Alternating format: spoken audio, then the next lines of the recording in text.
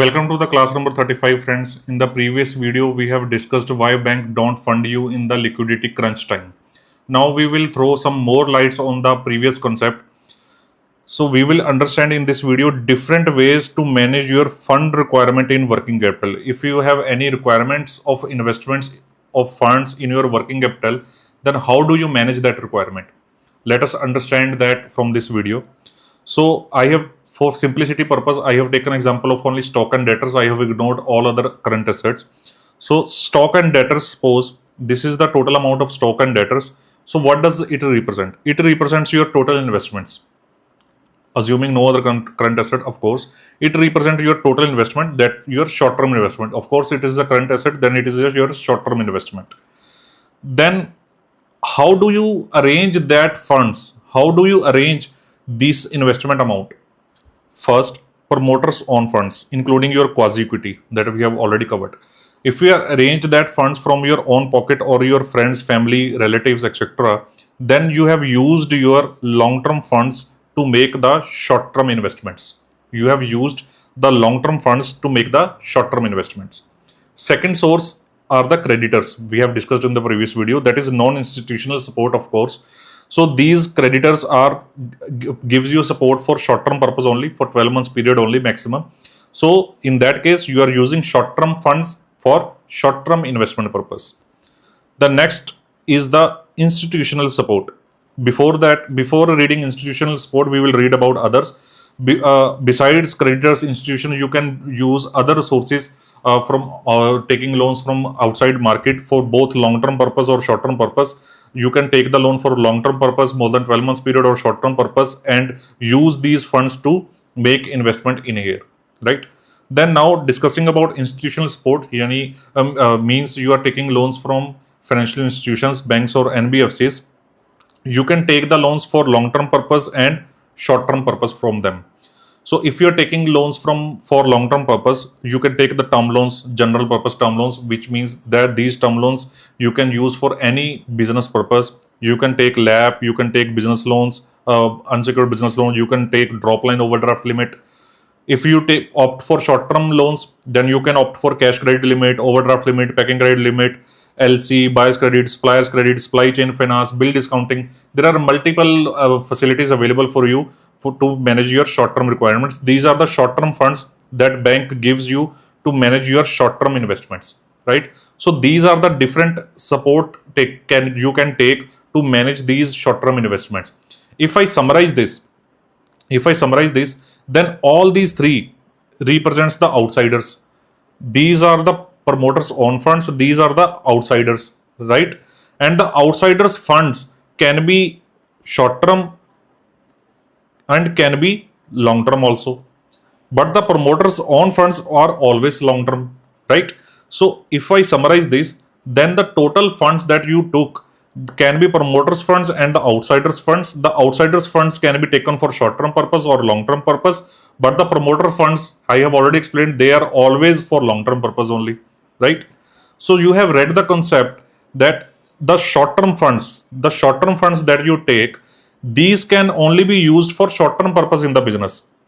These can only be used for short term purpose in the business. You cannot use these short term funds to buy construct a building, to buy land, to buy machineries. You cannot do long term investments by using the short term funds, because you have to pay them back in next 12 months, and you don't sell your building in next 12 months. You don't sell your plant and machinery in next 12 months, right? You don't recover anything in next 12 months from them, but you have to pay these short term finance funding people in next 12 months. So that is why you don't use your short term funds for long term investment purpose. But the long term funds you can use for both long term and short term investments. You can use it for both long term and short term investments. By long term, we mean you use it for business growth, capacity enhancement, new projects for which short term funds cannot be used. I have already explained to you that in previous videos. So that means the short term funds have restrictive use. It can used only for short term investments, but this is more open ended funds which can be used for long term and short term investments, right?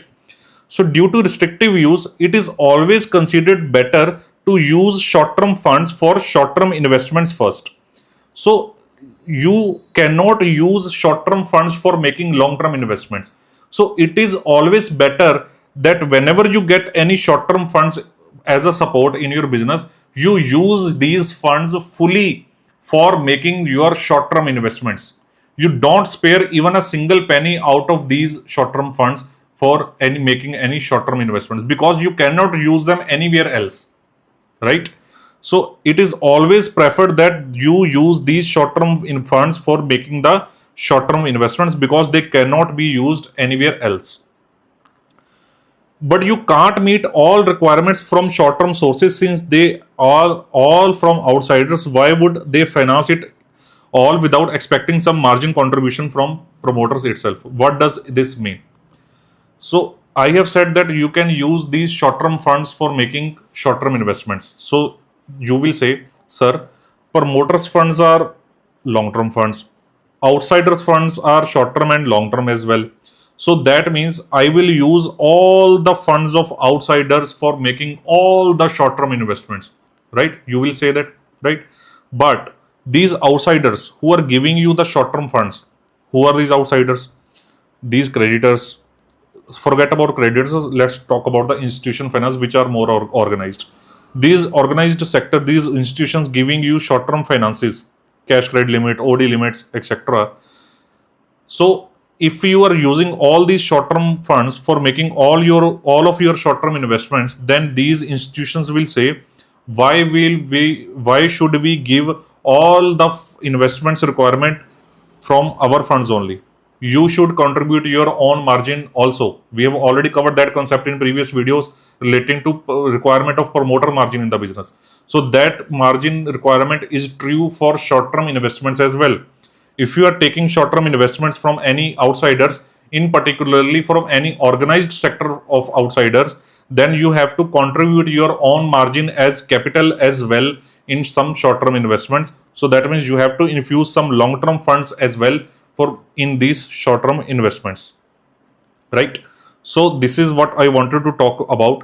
I have covered that concept in class number 28. If you haven't watched that class, so please go and watch it, that you the whole concept will get clear more easily.